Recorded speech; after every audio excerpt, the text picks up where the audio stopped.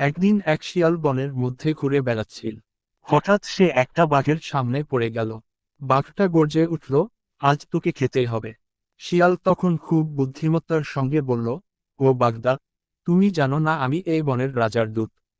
রাজা আমাকে বনের পাহারা দিতে বলেছে। আমাকে খেলে রাজার রাগে পড়ে যাবে। বাঘ একটু চমকে উঠল, কি, তুই রাজদূত? শিয়াল বলল, বিশ্বাস না হলে চলো, রাজাকে দেখিয়ে দিই।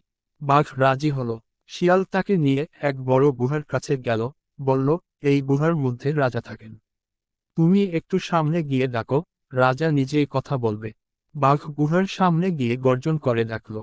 গুহার মধ্যে তার গর্জনের প্রতিধ্বনি ফিরে এল, আরো জোরে। বাঘ ভাবল, রাজা তো আরো ভয়ঙ্কর। সে ভয়ে পালিয়ে গেল। শিয়াল হেসে বলল, বুদ্ধির জোর থাকলে বাঘকেও ফাঁকি দেওয়া যায়। এইরকম মজার মজার গল্প পেতে চ্যানেলটি সাবস্ক্রাইব করুন। দিন।